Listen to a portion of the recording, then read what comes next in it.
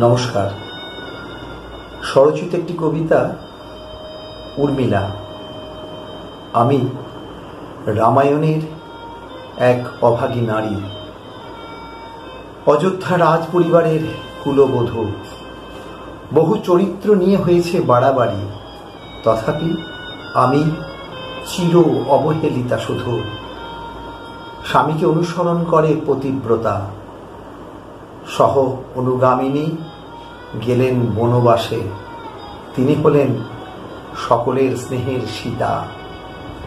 পতিকে তো পেয়েছিলেন নিজের পাশে, আমি পতিসঙ্গ হতে হলাম বঞ্চিত।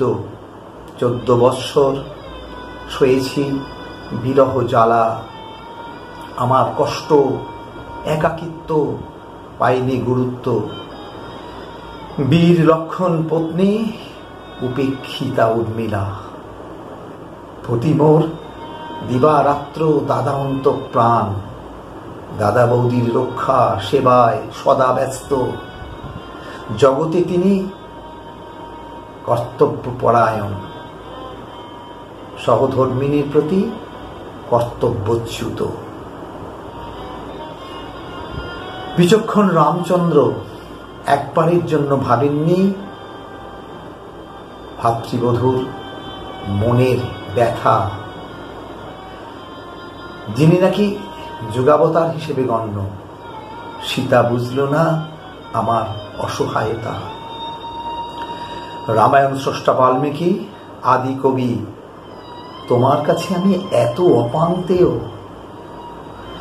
কত নারীদের রেখেছ মহান ছবি, আমারে রেখেছ তিমিরে, করেছ হেয়। পরিবারের কারো মনে কাটেনি দাগ, অষ্টপ্রহর জ্বলেছি বিরহ অনলে। কাউকে দিইনি আমার দুঃখের ভাগ, নীরবে নিভৃতে ভেসেছি চোখের জলে। একরাশ শূন্যতায় থেকেছি আচ্ছন্ন, নহে অল্পদিন 14 বৎসর। পতি হতে দূরে একাকী আমি বিচ্ছিন্ন। জ্যোৎস্না নয় সঙ্গী মোর অন্ধকার ঘোর। নমস্কার।